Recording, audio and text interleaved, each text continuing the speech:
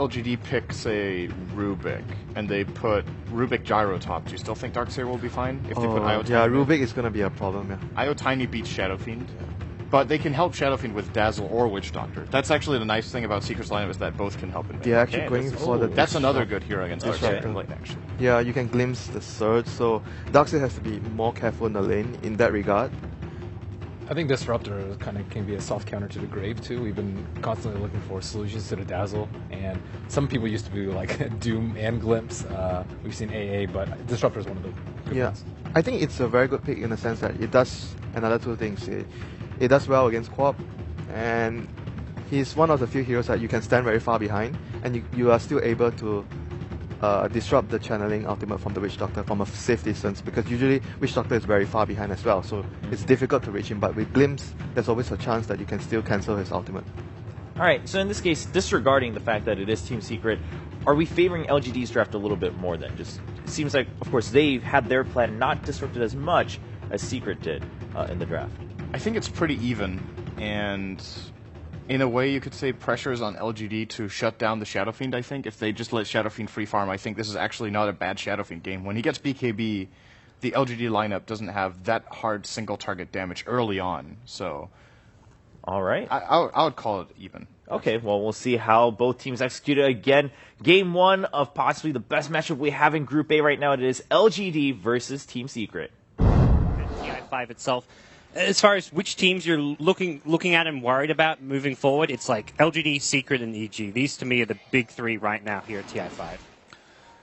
And with that, ladies and gentlemen, I believe let's just see here. We're welcoming in the live stream. Welcome, ladies and gentlemen. It's Secret versus LGD. Huge match here in Group A with massive implications for the main event. Should either team win this 2-0, very likely to finish first in Group A. And with that, would get to choose their opponent in the winner's bracket. You win that one match at the main event, you're guaranteed top 6. You're guaranteed over $1 million in prize money at the International 2015. So let's get into it here.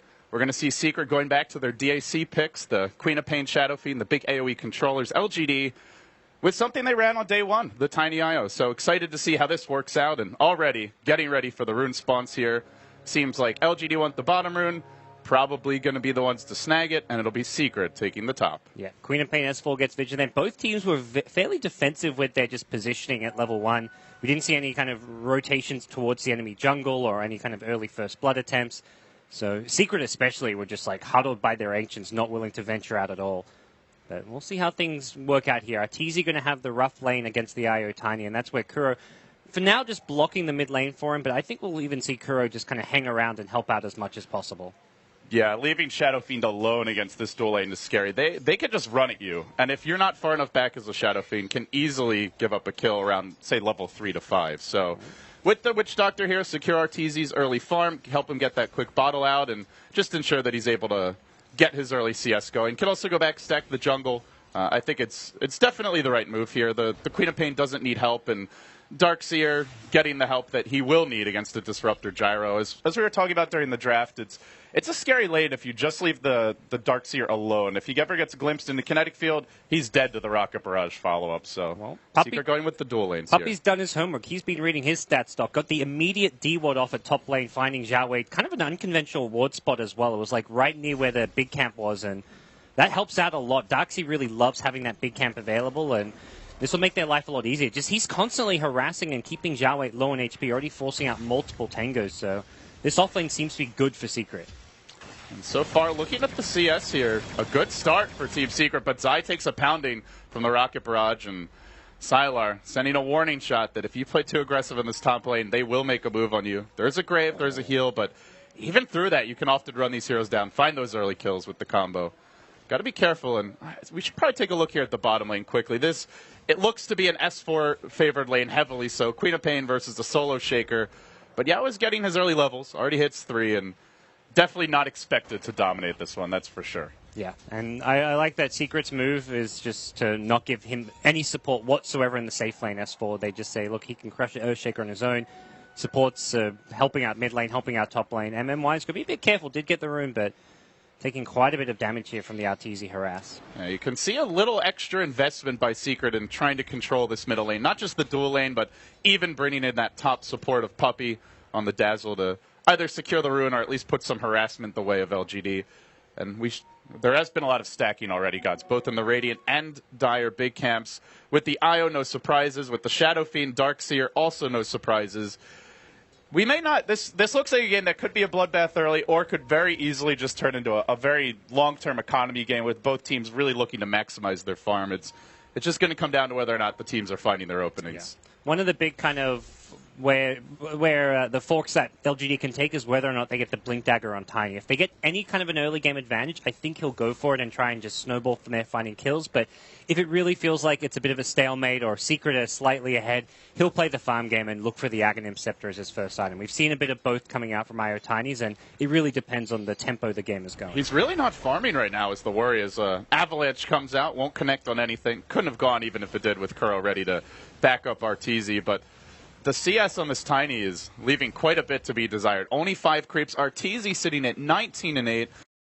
As expected, Queen of Pain crushing the bottom lane for S4, 19-10. And even the offlane Darkseer of Zai sitting towards the top of the CS charts, 15-1. So, dare I say it, gods, they are winning 2 lanes convincingly. And the third, they're getting more than you would normally expect out of a Darkseer offlane, thanks to Puppy's support. Absolutely. This is where this Queen of Pain Shadow Fiend opening is so strong. I think Secret kind of took advantage of the fact that they know they like to run weak laning heroes in the offlane for Yao. Yao doesn't get the kind of dual lane support that a lot of offlaners get this tournament. He's normally down there by himself on an Earthshaker, on a Tusk, on a Clockwork, and Secret's plan was just to early skirmish. win the lane. Here we go. Could be the first blood. Arteezy looking for the openings here. There is a grave available, and he's going to commit onto maybe. He finds him. Puppy protecting the Shadow Fiend, and now MMY the trade. The chase goes on, and what do you know? A surge forward. He does get glimpsed back. Shao 8 will survive, but mid lane left in shambles. A 2-for-0, and on top of the early creep advantage,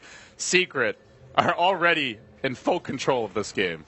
Absolutely. This is close to 3 lanes won. I guess the top lane's still a bit of a stalemate and just a draw between the Darkseer and the Gyrocopter, both of which are farming. But this is going to be tricky. This is not like LGD have a lot of easy ways to turn this game around. Around the time Gyro hits level 7, you can start involving him in fights around the top rune, around the mid lane as needed. But it's not an easy hero to roam with unless you're also bringing the Earthshaker. At that point, LGD are forced to 5-man much earlier than they'd like to, and Secret will just say, well, you want a 5-man, we're going to play the economy game and just out-farm you. And if you 5-man into Secret once they get their core items, that can easily work against you. You've got the early mech likely coming out here for Zai, maybe Arteezy the one to pick it up, but either way, they'll have some team fight in short order.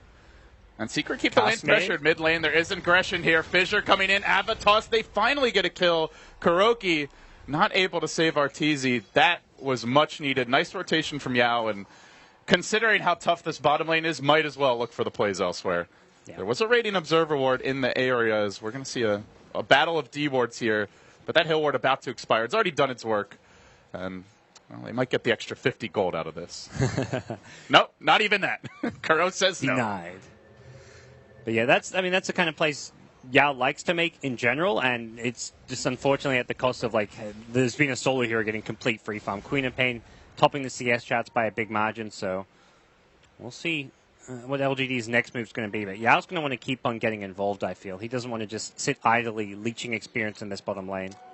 You mentioned the Gyrocopter moving, and maybe we don't normally see it from Sylar is the thing. We did see it. We've seen it more with Maybe. It definitely feels like with the introduction of Maybe to LGD that Sylar has not. He's no longer really the one-position player. Maybe much more reminiscent of how Arteezy was on EG, where he might have gone mid at times and even play like the iconic solo mid heroes or dual lane mid heroes, but was really the carry player for EG. And it feels like maybe he's taken over that role, which is where you'd like to see that aggressive style of Gyrocopter this game. Get Sylar involved early, go for the smoke ganks, maybe give a support the lane top, but it's tough to do that when you see the constant pressure. And Arteezy, he's found the stacks, not only Shao 8, but also a gigantic pile of creeps.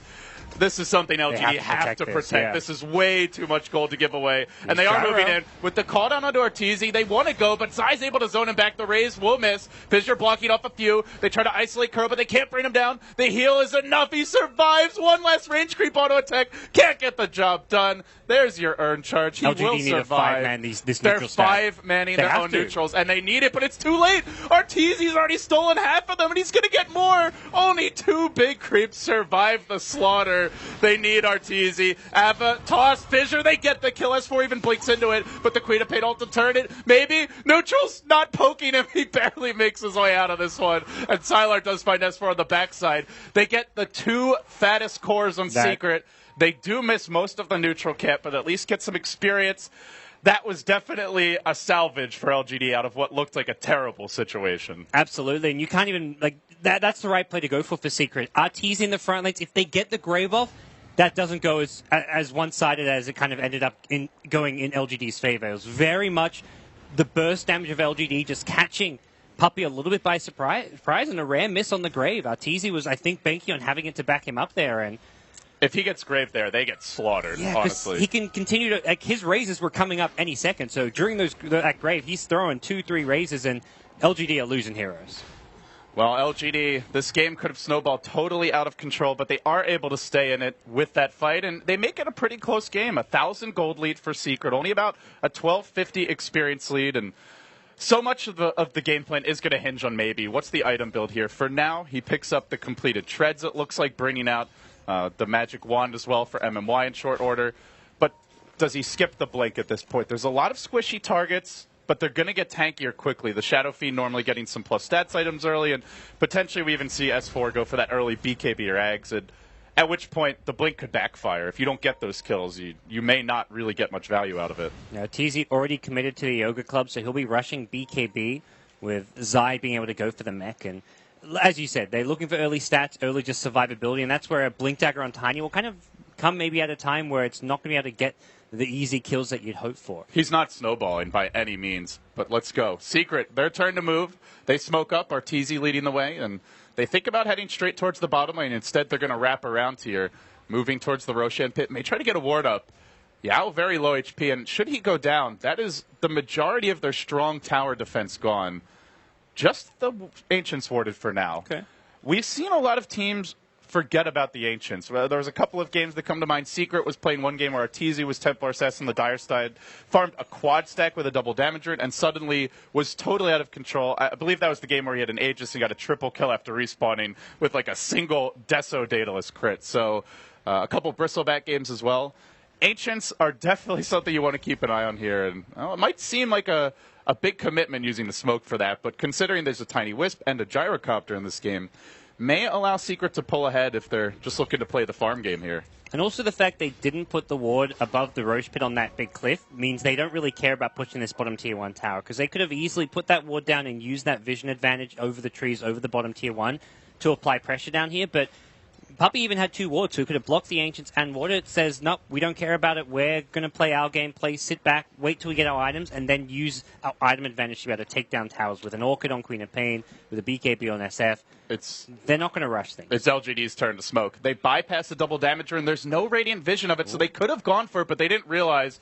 As Zai narrowly misses breaking the smoke, he is going to, but it's in an awkward position. Fissure comes through. He's on the right side of it, but doesn't matter. Too much burst damage. Meanwhile, mid lane, MMY's Io was picked off by Arteezy as the trade. Yeah, they went in on the Witch Doctor. Yeah. So it's 2 for 1. Io Tiny killed Witch Doctor. Queen of Pain TP'd in and got a counter kill. They want Arteezy. Emma maybe just jumping forward. He's going to get the toss back into Sylar. That's not where you want to be if you're a Shadow Fiend. Oh, into his waiting arms. A hail of rockets will end Arteezy. LGD showing some excellent aggression here and making up for a slow farming laning stage with some really nice movements here at the 11-minute mark. Yeah, kills on Shadow Fiend especially valuable. He's topping the net worth chart well over like about